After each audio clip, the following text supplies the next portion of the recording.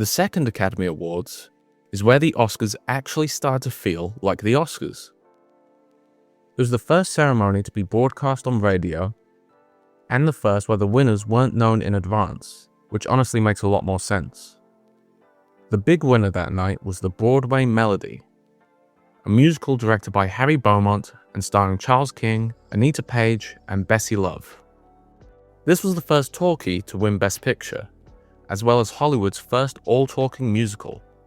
The story follows the Mahoney sisters, who, with the help of singer Eddie Kearns, tries to make it big on Broadway. You get a few musical numbers, some relationship drama, and that's about it. I didn't really like this one. The dialogue is weak and not particularly engaging, the acting could be quite over the top. Visually, it's a big step down from Wings. The cinematography feels static and uninteresting, almost like a filmed stage play. And for a musical, the songs themselves just aren't that memorable, which is kind of a problem. To be fair to the film, it is an early talkie, and filmmakers were still figuring things out. But even taking that into account, it's not a film that leaves much of an impression. The Broadway Melody won just one Oscar, Best Picture. It was also nominated for 2 other awards. Harry Beaumont was nominated for Best Director, losing to Frank Lloyd for The Divine Lady, and Bessie Love was nominated for Best Actress, losing to Mary Pickford for Coquette.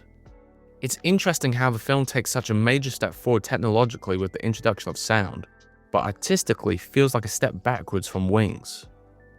Filmmakers were still figuring out how to incorporate this new technology. They hadn't quite worked out how to use sound effectively, or how to write engaging dialogue. But at the time, audiences were so impressed by the novelty of talking pictures that simply hearing the actors speak was enough to win them over. Overall, the Broadway Melody is more interesting as a piece of film history than as something I'd rush to revisit.